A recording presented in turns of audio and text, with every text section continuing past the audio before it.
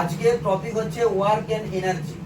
ঠিক আছে, এটা আমরা ক্লাস 9 এবং 10এও পড়েছি এবং আমরা 11-এর থার্ড সেমিস্টারেও আমাদের আছে।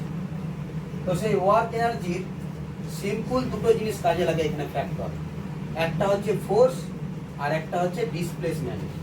ফোর্স বলতে বাংলায় বলা হয় বল, আর ডিসপ্লেসমেন্ট হলো সরণ। তো সিম্পল ওয়ার্ক ডান সমান কি হচ্ছে না ফোর্স ইনটু ডিসপ্লেসমেন্ট। তো ফোর্স হচ্ছে ভেক্টর রাশি এবং ডিসপ্লেসমেন্ট হচ্ছে ভেক্টর রাশি। তো দুটো ভেক্টরের প্রোডাক্ট সবসময়ের জন্য কি হয় না স্কেলার রাশি হয়। তার জন্য ওয়ার্ক ডান একটা কি রাশি না ওয়ার্ক ডান হলো একটা স্কেলার রাশি। এটা কি স্কেলার? তাহলে ওয়ার্ক ডানের ইউনিটটা কি? ওয়ার্ক ডানের ইউনিট হচ্ছে জুল, বা আমরা সহজে বলি newton metre or joule. Work ডানের ডাইমেনশনটা কি না ওয়ার্ক ডানের ডাইমেনশন হলো যে ফোর্সের ডাইমেনশন হয় M L T to the power -2 into L সমান হলো M L square T to the power -2। এটা কি হলো না ওয়ার্ক ডানের ডাইমেনশন। এবার ধরে নাও একজন ব্যক্তি, তাকে কি বলা হলো না দেওয়াল ঠেলতে বলা হলো। তাহলে সে দেওয়ালটা সারাদিন ঠেলতেছে এবং তার ঘাম ফাম বেরিয়ে একসঙ্গে হয়ে গেছে। এবার তার বাবার কাছে সে পয়সা মাঙ্গাচ্ছে, বাবা আমি সারাদিন প্রচুর কাজ করছি, আমাকে পয়সা দাও। তার বাবা বলছে তুমি কোনো কাজ করো। কেন কাজ করেনি? কারণ আমরা যদি ফিজিক্সের ভাষায় যদি দেখি যে ওয়ার্ক ডান, সেই জিনিসটা একটু আলাদা জিনিস। এখানে হচ্ছে ফোর্স ইনটু ডিসপ্লেসমেন্ট। এবার দেওয়াল যেহেতু একটা রিজিড বডি, তার জন্য দেওয়ালের কোনো ডিসপ্লেসমেন্ট মানে কোনো সরণই হচ্ছে না।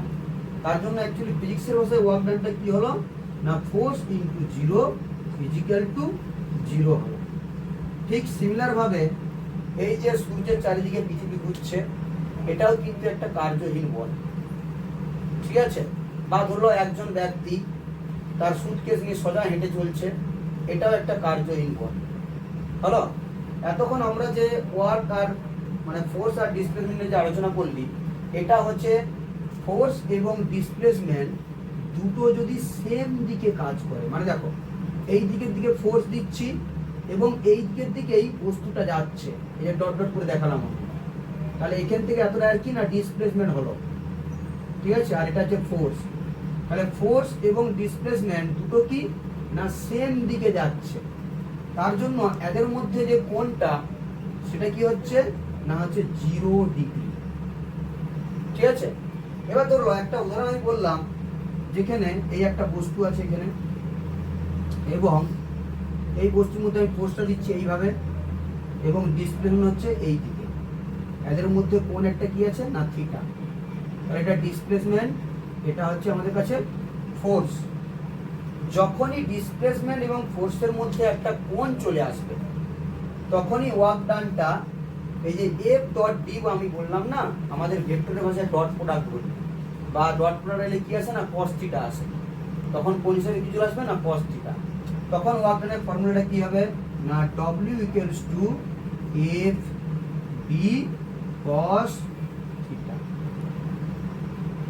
তাহলে এক্ষুনি আমি যে একটা উদাহরণ বললাম যে একজন ব্যক্তি সুটকেস নিয়ে সোজা হেঁটে চলছে, তাহলে ভাবার চেষ্টা করো সেই ব্যক্তির যে ওজনটা ঠিক নিচের দিকে কাজ করছে এবং ব্যক্তি কি করছে সামনের দিকে এগিয়ে যাচ্ছে। তাহলে ব্যক্তির ওজন কাজ করছে এই নিচের দিকে এবং ব্যক্তি এগিয়ে যাচ্ছে সামনের দিকে, মানে এটা ডিসপ্লেসমেন্ট আর এটা হচ্ছে তার ফোর্স। তো এদের মধ্যে কোন কত ডিগ্রি হলো 90 ডিগ্রি হলো। এবার আমরা জানি cos 90 ডিগ্রির মান কত না 0। তার জন্য ওয়ার্ক ডানটা কি হবে না হচ্ছে 0 হবে। টপিক আমাদের আরম্ভ হবে, সেটা আমরা একটু অ্যাডভান্সের দিকে যাব, বা যেই মেন বা বিভিন্ন কম্পিটিটিভ পরীক্ষা যেসব লেভেল কোশ্চেনগুলো আছে। এতক্ষণ আমরা ওয়ার্ক ডানের দুটো ফর্ম দেখলাম, একটা হচ্ছে W equals to F F D, আর 2 নম্বর হচ্ছে W equals to F D cos theta. এই দুটো ফর্ম দেখলাম, কিন্তু অ্যাকচুয়ালি এই দুটো ফর্ম থেকে পরীক্ষায় কোশ্চেন আসে না। কেন বলছি? কারণ ওয়ার্ক ডানটা দু ধরনের হতে পারে, বা যে ফোর্সটা আমরা লিখছি সেটা হচ্ছে কন্টিনিউয়াস ফোর্স হলো, বা কোনো ডিসপ্লেসমেন্টের ফাংশন হতে পারে। তখন যে ওয়ার্ক ডানটা হবে তার ফর্মুলাটা কি হবে 3 নম্বর দিয়ে আমি যে ফর্মুলা লিখছি যে W equals to integration of the f dx, এবং এই ইন্টিগ্রেশন লিমিটটা কি হবে না x1 থেকে x2। এই ফর্মুলার উপরে জেই মেন্সের অনেক কোশ্চেন আছে, নেক্সট ভিডিওতে আমরা এই কোশ্চেনগুলো সলভ করব। আচ্ছা, তাহলে একটা ফর্ম, দুটো ফর্ম, তিনটে ফর্ম হলো। 4 নম্বর ফর্ম আরো একটা আছে। সেই ফর্মটা কি বোঝাচ্ছে? সেটা হচ্ছে আমাদের এই গ্রাফ বেসিসে, ধরে নাও কেউ একজন ফোর্স ভার্সেস ডিসপ্লেসমেন্ট গ্রাফ করছে, কি ফোর্স ভার্সেস ডিসপ্লেসমেন্ট গ্রাফ করছে, এবং গ্রাফটা ধরো ত্রিভুজ আকার, এইরকম ত্রিভুজ আকার। তাহলে এই গ্রাফের যদি আমি এরিয়া নেই বা ক্ষেত্রফল নেই, তাহলে এরিয়া অফ দ্য গ্রাফ কি হচ্ছে? Area of graph, area of graph এ সমান হচ্ছে হাফ ইন্টু ভূমি, নাম দিয়ে দিই এ বি, নাম, তাহলে হচ্ছে ও এ ইন্টু উচ্চতা হচ্ছে আমাদের কাছে এ বি। তাহলে একটু ভালো করে দেখলে বোঝা যাবে যে এখানে অ্যাকচুয়ালি ফোর্স ইন্টু ডিসপ্লেসমেন্টের এরিয়া হচ্ছে। তার মানে যখনই ফোর্স ডিসপ্লেসমেন্টের গ্রাফ দিবে, বুঝতে হবে ওই যে এরিয়া অফ দ্য গ্রাফ, ওটাই তোমার কি বুঝাবে না ওয়ার্ক ডান বুঝাবে। ক্লিয়ার হলো? তাহলে এই 4টা জিনিসের উপরে ম্যাথ পড়ে, যা খুশি ইচ্ছা হোক। আর বা কিছু যদি ডিসক্রিট সিস্টেম থাকে, অ্যাকচুয়ালি এই ইন্টিগ্রেশন কখন আসবে? যখন হচ্ছে কন্টিনিউয়াস সিস্টেম আসবে। গ্রাফ যখন দিবে তখন গ্রাফের এরিয়া হবে, আর যখন অ্যাঙ্গেল থাকবে তখন অ্যাঙ্গেল দিয়ে আমরা লাগাবো, আর যখন এমনি থাকবে এমনি। অ্যাকচুয়ালি এইটা হচ্ছে মানে অ্যাকচুয়ালি কোনো অ্যাঙ্গেল নেই, মানে থিটার মান কত না 0 ডিগ্রি।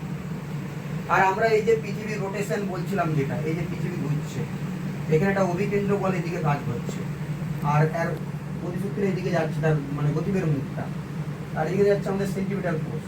তো এই দুটোর মধ্যে কোন কত ডিগ্রি হচ্ছে না 90 ডিগ্রি। তার জন্য এই যে কার্যটা হচ্ছে এটা শূন্য, যাকে আমরা ছোটবেলায় ক্লাস 9-এ পড়েছি কি কার্যহীন বল। ঠিক আছে? সিম্পল উদাহরণ ধরলে একজন ব্যক্তি বাড়ি থেকে স্কুল গেল, সারা দিন স্কুল করে এসে আবার বাড়িতে চলে এলো, তাহলে অ্যাকচুয়ালি তারপর ডিসপ্লেসমেন্ট হচ্ছে না প্রকৃত, তার জন্য তার কাজও কি না হচ্ছে শূন্য হচ্ছে।